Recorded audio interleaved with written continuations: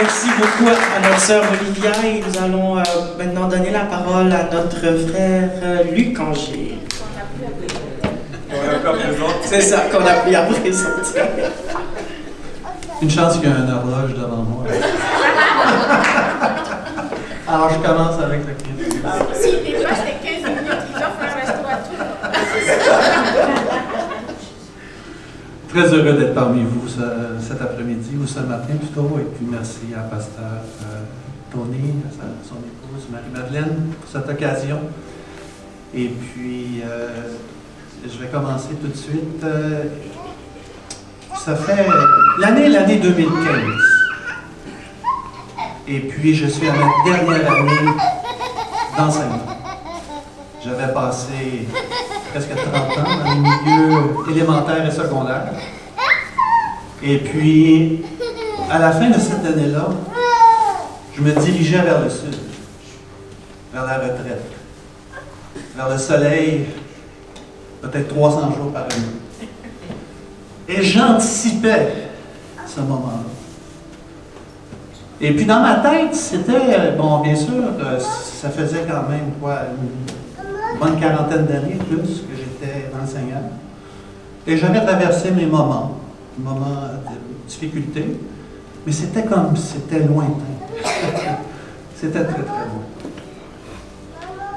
Et j'étais, malgré moi, qu'est-ce qu'on peut considérer comme un chrétien? Je me considérais un chrétien indestructible. J'étais plein d'orgueil. J'ai dit, avec tout ce que j'ai fait pour le Seigneur dans ma vie, et puis j'avais fait plein de choses, débuté des ministères qui sont maintenant au niveau provincial. Je m'étais même investi dans ma vie parce que j'avais été conseiller municipal ici pendant 8 ans. Et j'ai dit, Seigneur, voici mes trophées. C'était grave. Mais j'étais aveugle. Quand vous m'auriez parlé, vous m'auriez dit, ben Luc, c'est wow, l'homme de Dieu, rempli de l'esprit, mais à l'intérieur, j'étais plein d'orgueil.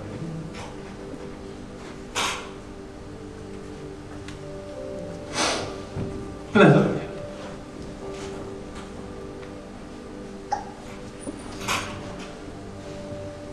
Et en 2015, bon, j'étais rendu à un certain âge, alors naturellement, on a les tests médicaux qu'on a. Et puis, régulièrement, je passais des coloscopies.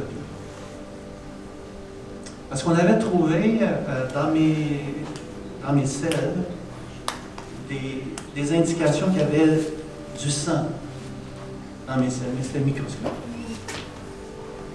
Et puis, cette année-là, j'ai passé une coloscopie.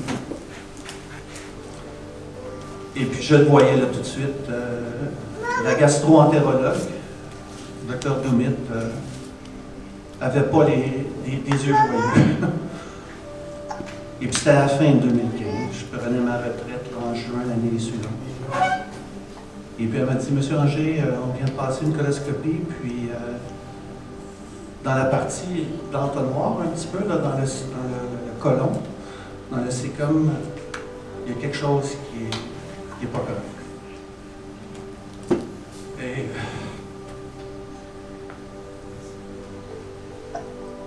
c'était le début de la descente. C'était comme on prenait un gant de boxe, puis qu'on fessait dans le ventre, sur la poitrine. Il y avait justement une publicité par la Société de cancer du Canada qui est exactement comme ça. C'est quelqu'un qui tombe sur son sofa avec sa famille. Là, ça fait tout un bout de personne. Et puis là, les questionnements ont commencé. Puis là, je vois le docteur Doumit. À la seconde près, là, elle me dit, on va aller rechercher l'analyse d'un chirurgien. On pensait que j'avais le cancer du côlon. Et puis j'étais dévasté. Bon, Le temps passé, on a fait plus de tests. Et finalement, le verdict est tombé. Et c'était anormalement, parce que c'était la première fois qu'on découvrait ça à l'intérieur du côlon, c'était un lymphome. Lymphome, c'est un cancer des ganglions qui s'était logé dans le cécum. La paroi de l'intestin n'avait pas été atteinte, mais c'était un lymphome. Et puis on l'avait précisé, c'était le début d'une leucémie chronique. Et c'est en 2015. Alors, il y a plein de questionnements qui viennent en tête, surtout la relation qu'on a avec Dieu.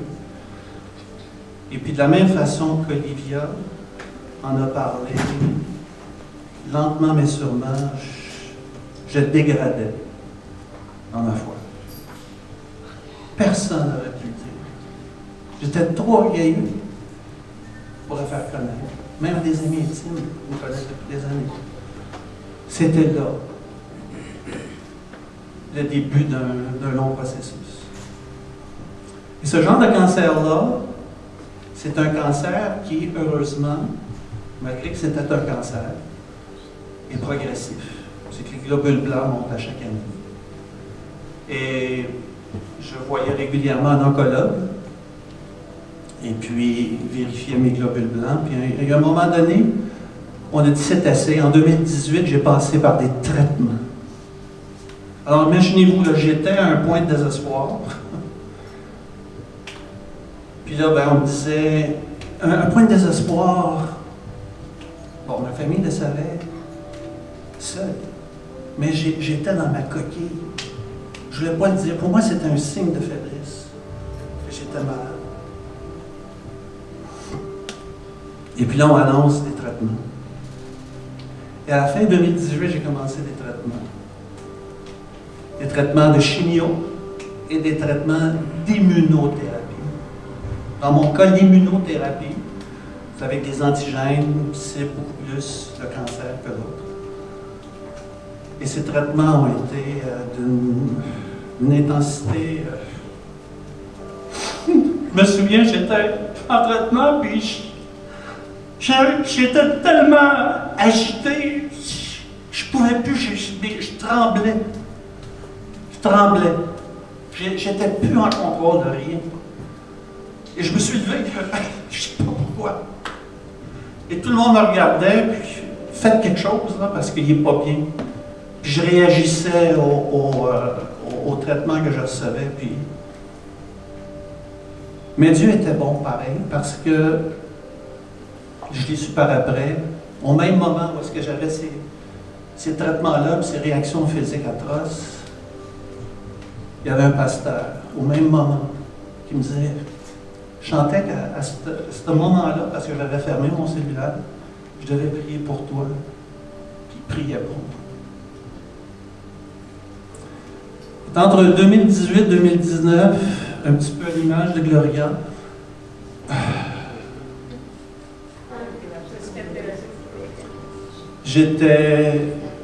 j'avais perdu la foi.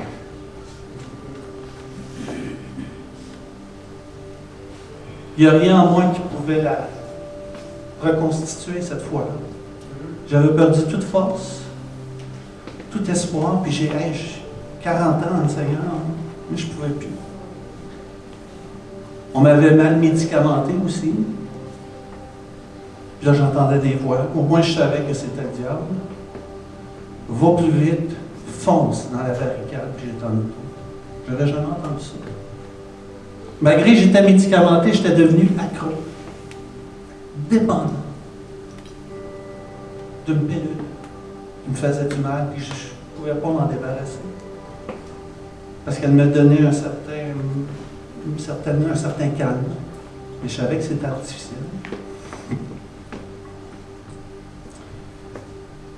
Et à cause des traitements, qui ont été quand même avec succès, parce que dès les premiers traitements, mes globules blancs ont commencé à descendre.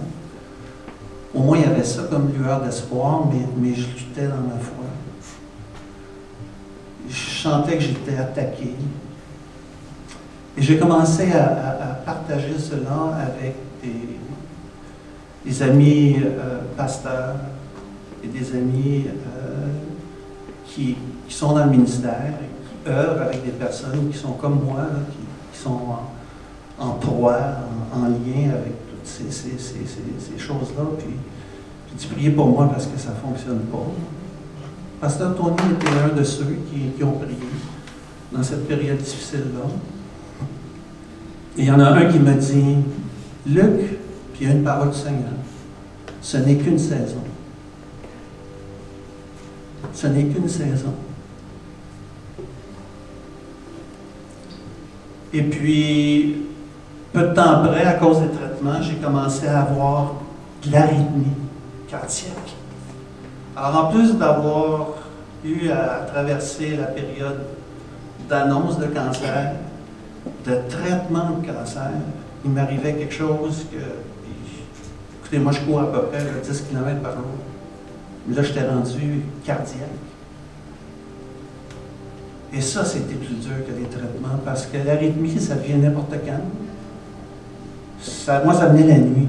Alors, mes nuits étaient atroces. Puis j'ai dit, Seigneur, j'ai dit, la seule chose que j'ai, c'est mon amour pour toi, puis that's it. On va laisser faire les trophées, les petits peu, toutes les années entières.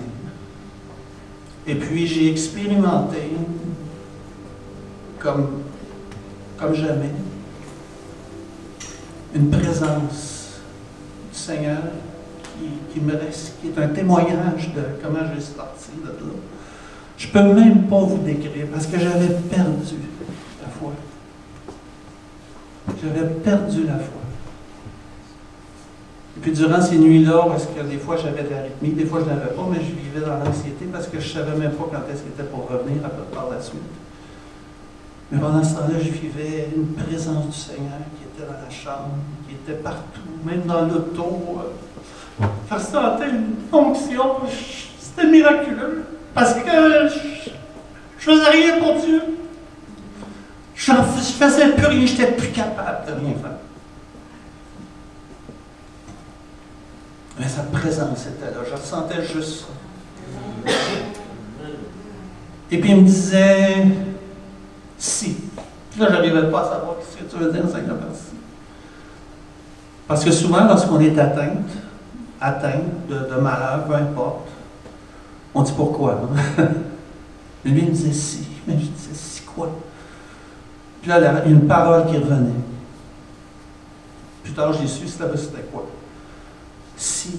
Il dit, si tu as de la foi, comme une graine de sénévé. Une petite graine, inoffensive, la plus petite. Peut-être que vous la connaissez mieux que moi. C'est rien, la graine de sénévé. Puis j'avais des grosses montagnes devant moi. Montagnes de la maladie, de l'incompréhension, des attaques à la fois de Satan, de désespoir dans ma foi. Si tu dis à cette montagne, retire-toi de moi, elle vous obéira.